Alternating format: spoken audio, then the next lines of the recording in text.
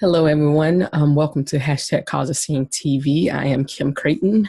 I am still trying to figure this out, but what I do know for sure is that everything dealing with hashtag causeascene is about amplifying the voices of marginalized people, be it at the conferences, hashtag causeascene conference in person, be it in the newsletter, be it on the podcast, with hashtag causeascene Alliance, and also now with hashtag causeascene TV.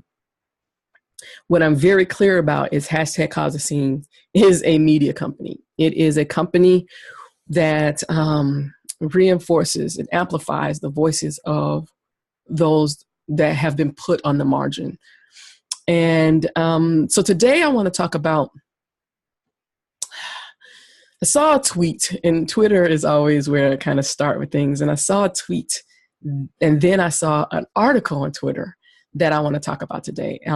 So I'm going to share my screen, and I want to talk about this tweet. So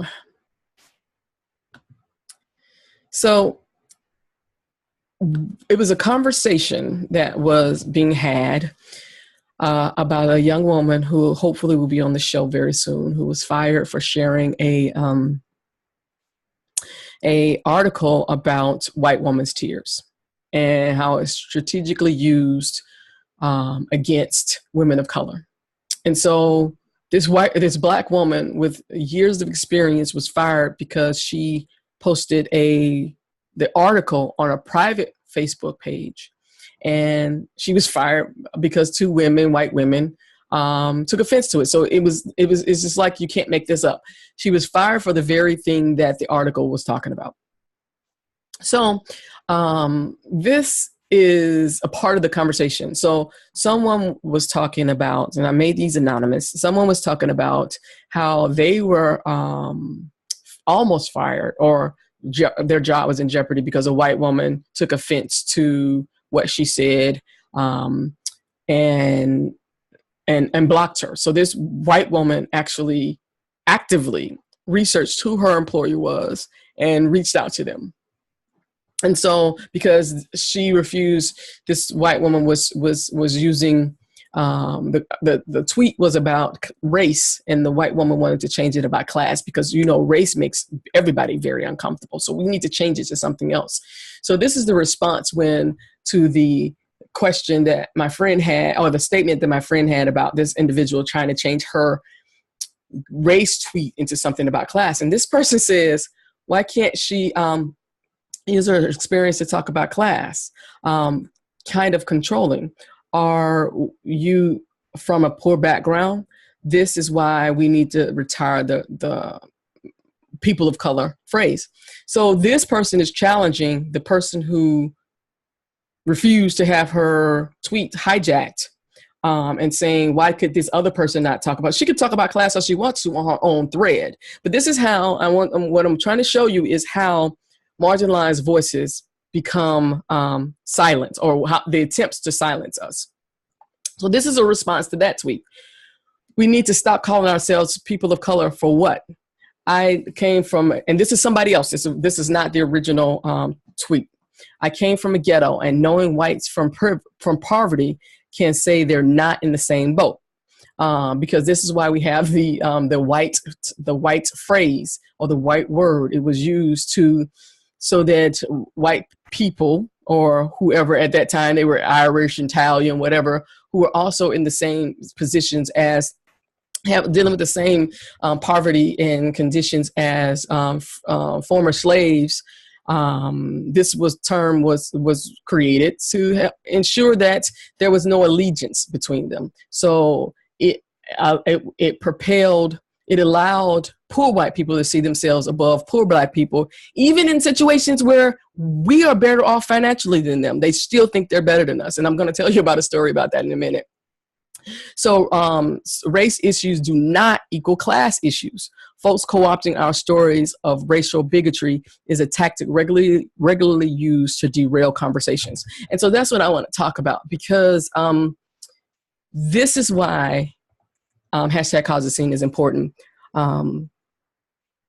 and why I'm pushing forward, because we need a place to tell our stories. People have been co-opting our stories, our history. You can see it in our music with jazz and rap and blues. White people have taken it and called it their own, R&B, everything. And that's just here. That's just about music. They take our words, they take our work, and they put their names on it. Even the person who wrote the initial article I was talking about strategic tiers of white women, some people have been co-opting her story. And this is what happens to people of color. And so, no, we won't stop calling ourselves people of color, because white people chose to use the term white for them. And people of color allows us to have some solidarity, which you don't like. Again, it goes back to what happened with poor whites when you made them white, and they now would not be have allegiance to their black counterparts who were in the same situations they were in. What you're asking us to do when you say let's stop using the word people of color, what you're trying to do is segregate us again. You're trying to tear us, the coalition, apart, because when we say brown and black people, or what people consider yellow or red people, what you're trying to say is that Indian don't, no, you're not, no, why are you with blacks, or Asians, Taiwanese, all these individuals, all these people of color who have been treated poorly in this country, or have been manipulated into believing that they are the model minority, which a lot of them have embraced and do not like black people for this very reason. So when you say don't use the term people of color, what you're trying to say is stop. Again, it's the tactic of trying to, what you did with poor whites, trying to get people to not align with black people in the United States.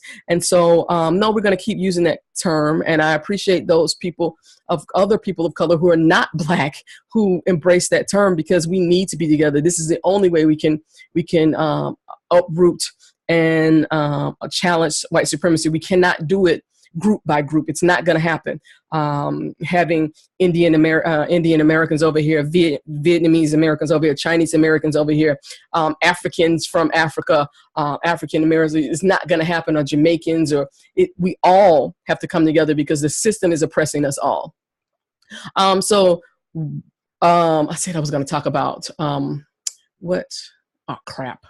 I forgot what I was going to say about, okay, whatever. But then I wanted to show you this article that talks specifically again about these issues. This is it. So this is an article by, she was in Star Wars, and Kelly Marie Tran, I won't be marginalized by online harassment. So she actually had closed her account for a while because she was being harassed. And she talks again about what I was talking about, the model minority. And she speaks about how at 9 years old, she stopped speaking Vietnamese altogether because she was tired of hearing her friends mock her. And at 17, when she was at dinner with a white boyfriend and his family, because from what I'm not saying their stories, but from what I've heard from many of the quote unquote model minorities, their goal, or they are taught to aspire to marry, to be with white men. She ordered in perfect English, and the waitress said, "Wow, it's so cute that you have an exchange student." So she, like many of us, and this is why we need to tell our own stories, she internalized this and saw faults with herself, saw things that, because it's a head game. It really is, because you really don't realize you're inside of a system being manipulated. So the only thing you have that's physical, that's tangible, is yourself. And so we turn this on ourselves. And this is why we need to tell those stories, because once we start telling our stories, so once Black women start collectively talking about white women's tears, it no longer became our shame and like, what the hell? Because we all were like, challenging how I said this, going in our head, I wasn't angry, I modulated my voice, all these things. Once we start talking about white women's tears and as a strategy, we were like, oh, it's not us. And so then that's when we started to talk about it. because it's not us. It's this system. So she talks about how her parents abandoned their real names to get American names. And then this is where she really gets to the point. She says, it was then that I realized I'd been lied to. I'd been brainwashed into believing that my existence was limited to the boundaries of another's person's approval. I had been tricked into thinking that my body was not my own, that I was beautiful only if someone else believed it, regardless of my own opinion. I had been told and retold this by everyone, by the media, by Hollywood, by companies that profited from my insecurities, manipulating me so that I would buy their clothes, their makeup, their shoes, in order to fill the void that that was perpetuated by them in the first place. This is the right here says it all. Because once we realize this as people of color, that this is the whole system. It was perpetuated not by us. The system was in place first. And well, let me back up. There's this racism, there's this discrimination, and they put a system in place to justify their own racism and discrimination and oppressive, how they wanted to treat us. And because we don't understand this, we buy into it. This is why you have Asian Americans trying to look European. You have Blacks lightening their skins. You have all these things because we don't understand that this system is upon us. It's invisible, but it's suffocating. It's this thing that it sucks the air, the lifeblood out of you, and you don't know what this is. It's like trying to grab air with your hands. It's really and you can't grasp it, but you know it's something there. And so a lot of, and I'm going to be honest, a lot of the depression and anxiety, particularly, that are around in our communities are because of this invisible oppressive state. When you can't rationalize something, it causes anxiety. When you are constantly attacked, but you can't dissect how you may have participated in it or what that thing is, it causes depression. These things are needed. We need marginalized individuals, people of color, need to tell our stories for our own safety and for our own mental health. So that's today's show. Again, I'm still trying to figure out the narrative, but I know it's important that I highlight the things that I see in media, because more often than the podcast, which is weekly, because it needs to be in your faces. You need to see what is out here, because it's incumbent upon white people to take up the role of dismantling this. As you can see, people of color are struggling. We're trying to find our true identities in a world that is suffocating us, and we have no tangible way to connect to it until we and so that's why we will continue to use people of color.